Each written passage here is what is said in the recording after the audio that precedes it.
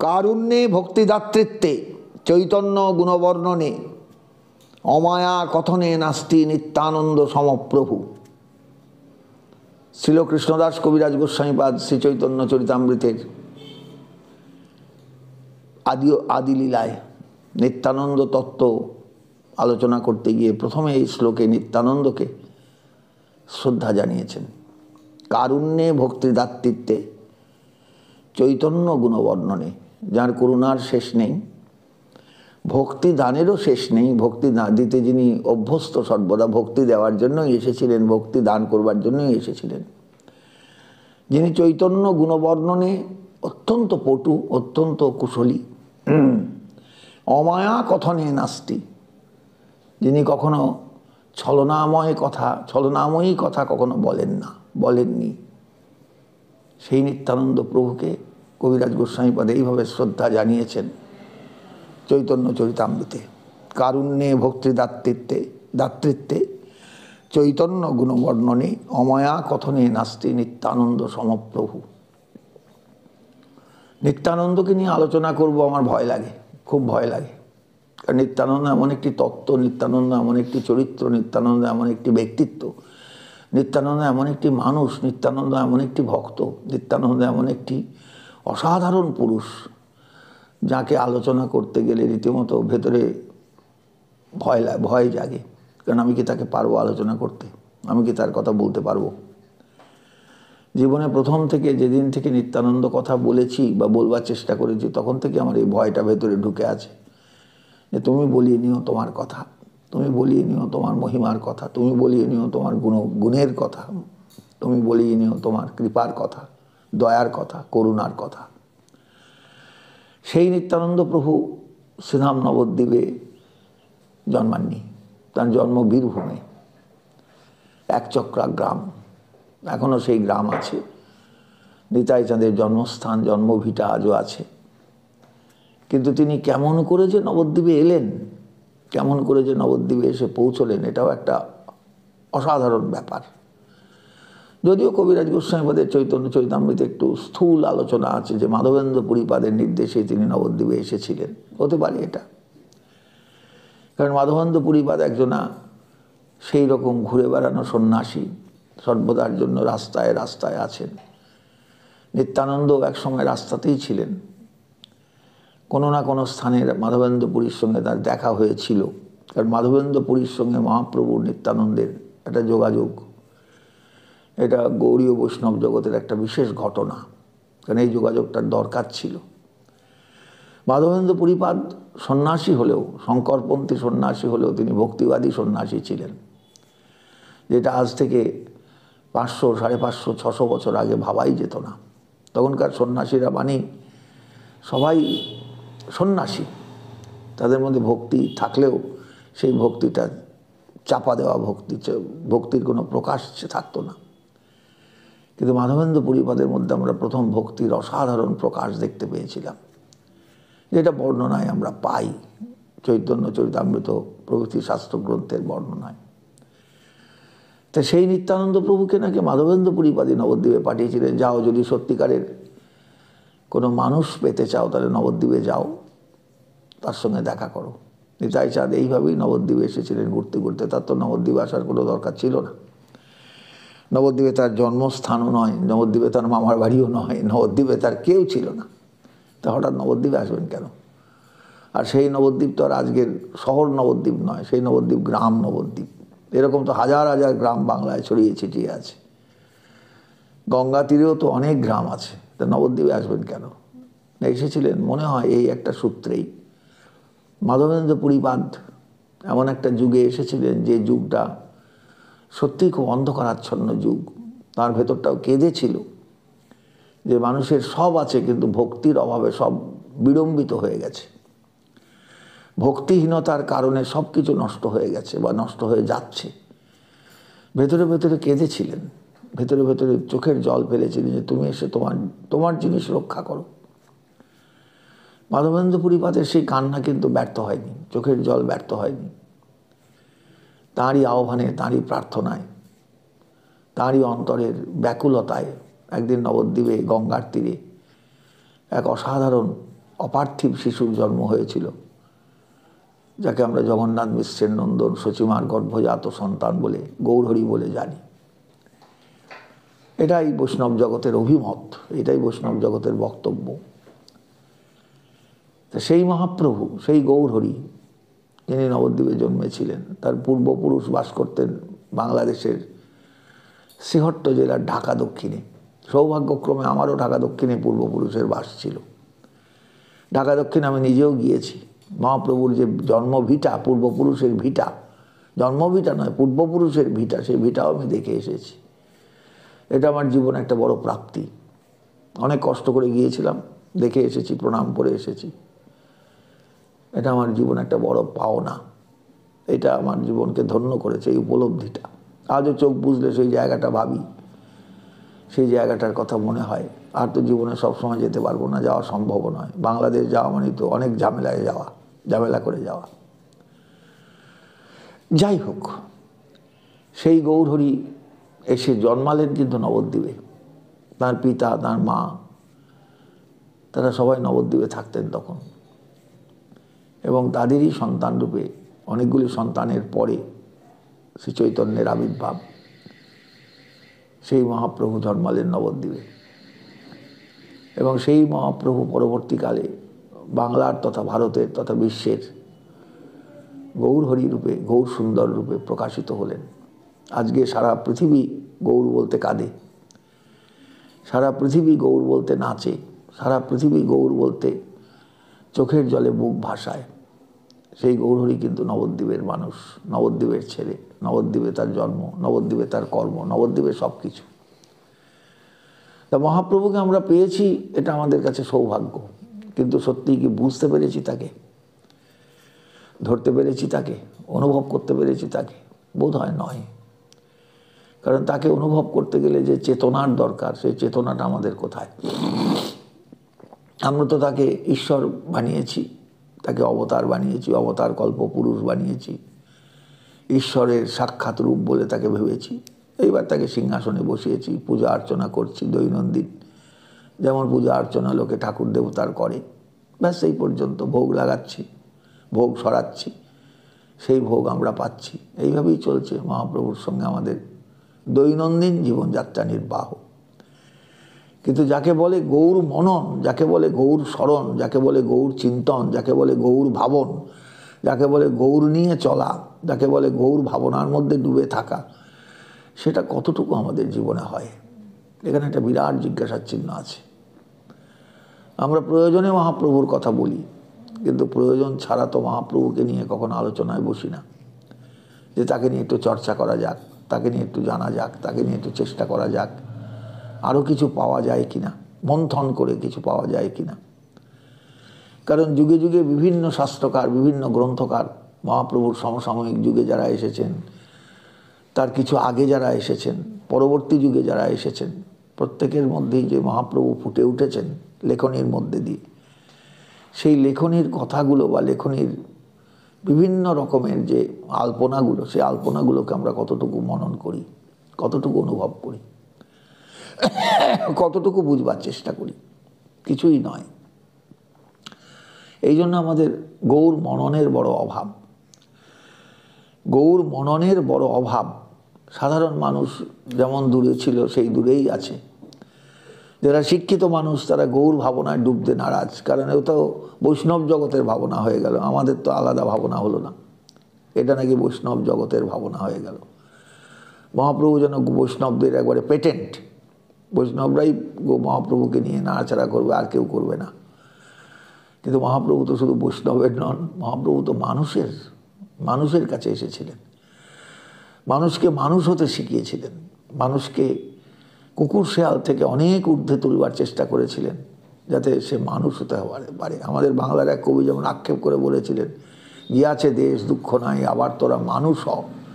এই মানুষ হওয়ার চেষ্টা করেছিলেন, মানুষ করবার চেষ্টা করেছিলেন এই বাংলার মানুষকে।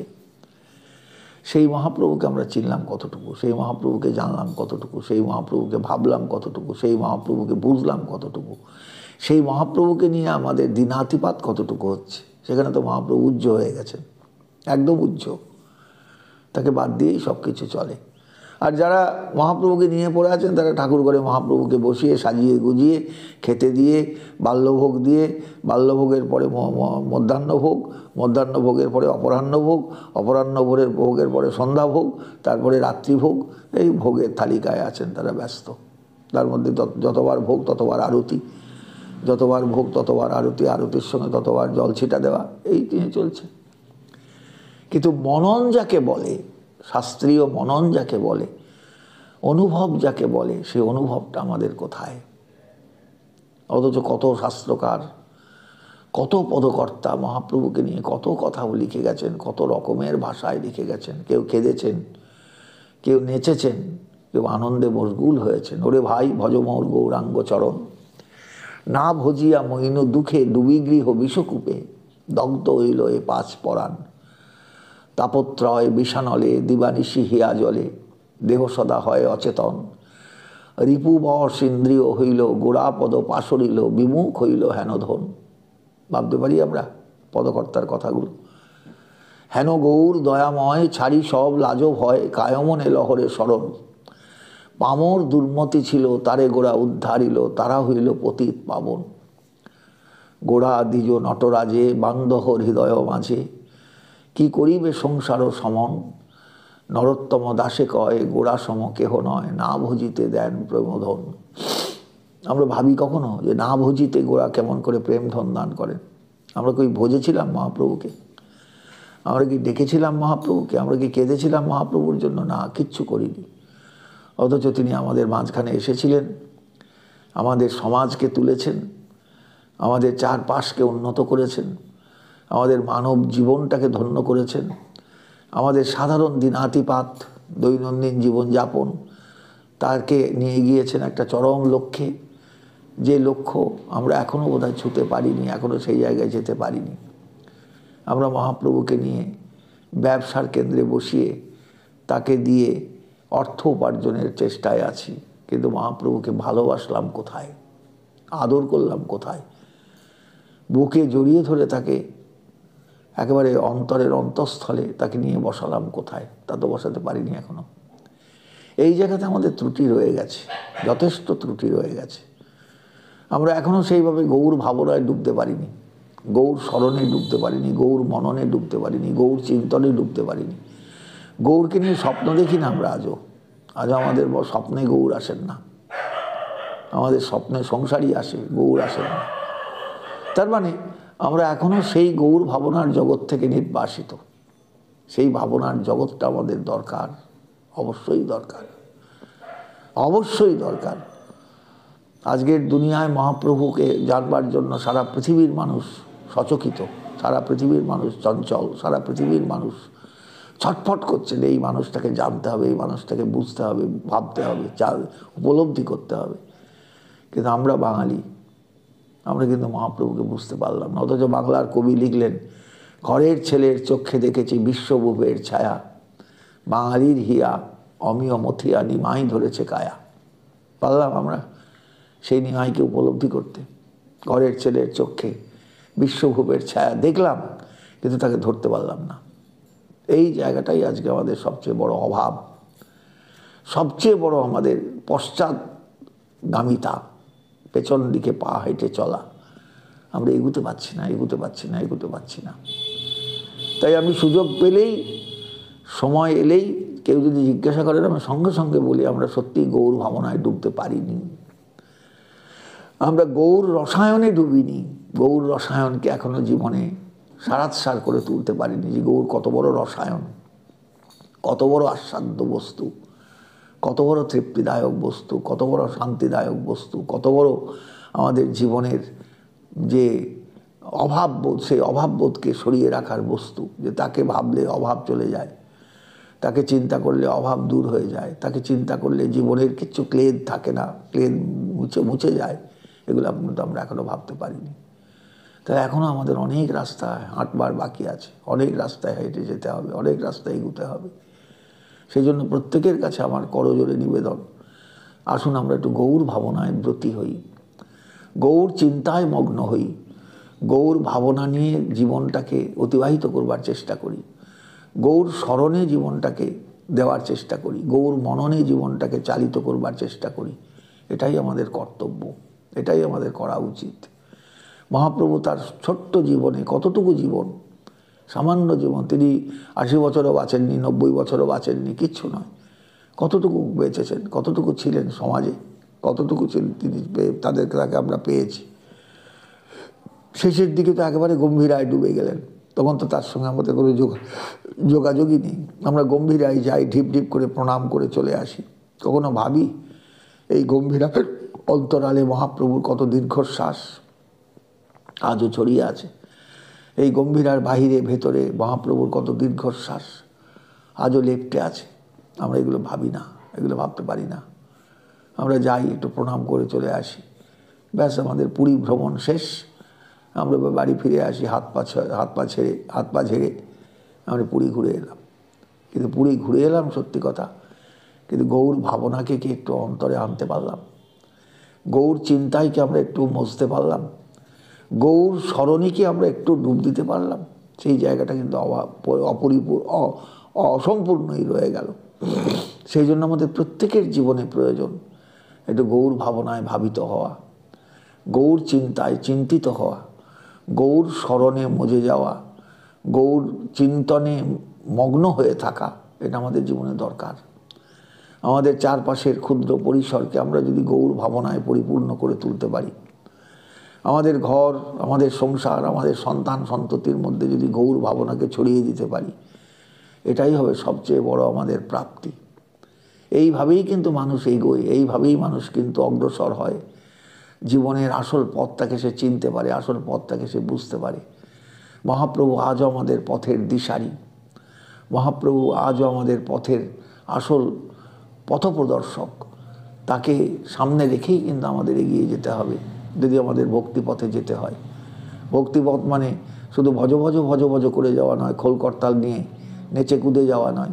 ভক্তিপথ মানেই হলো চেতনার পথ, ভক্তিপথ মানেই হলো সর্বস্ব ত্যাগের পথ, ভক্তিপথ মানেই হলো অনুভবের পথ, ভক্তিপথ মানেই হলো চোখের জলের পথ। কেন চোখের জলে ভিজিয়ে দিলেম না শুকনো ধুলো যত, কে জানি তো আসবে তুমি গো অনাহুতের মতন। তিনি তো একদিন অনাহুতর হয়ে আমাদের কাছে এসেছিলেন।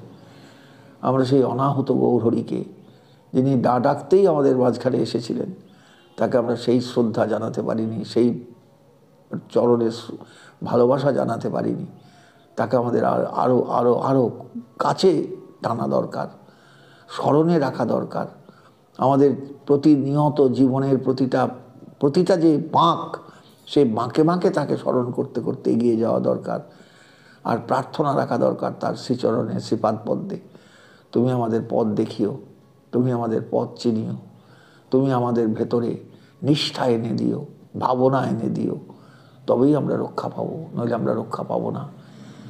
ঘোর কলিকাল, কলি ঘোর ও তিমির গরাস হলো জগজন, ধর্ম করম রহু দূর, অসাধনে চিন্তামণি বিধি বিলায়ল আনি, গোড়া বড় দয়ারও ঠাকুর। কলিযুগ দুঃখজনক, সত্যি কথা, কিন্তু আমরা সত্যি দুঃখের মধ্যেও একটা সুখের সন্ধান পেয়েছি, মহাপ্রভুকে পেয়েছি। সেই ভাবনাটা আমাদের কার্যকরী হোক জীবনে, সেই ভাবনাটা সার্থক হোক আমাদের জীবনে। গোড়া যে দয়ার ঠাকুর, এটা যেন আমরা বুঝতে পারি। ভাইরে ভাইরে ভাই গোড়া গুণ কখনো না যায়, কত শত আনন কত চতুর আনন, বরণিয়া ওর নাহি পায়।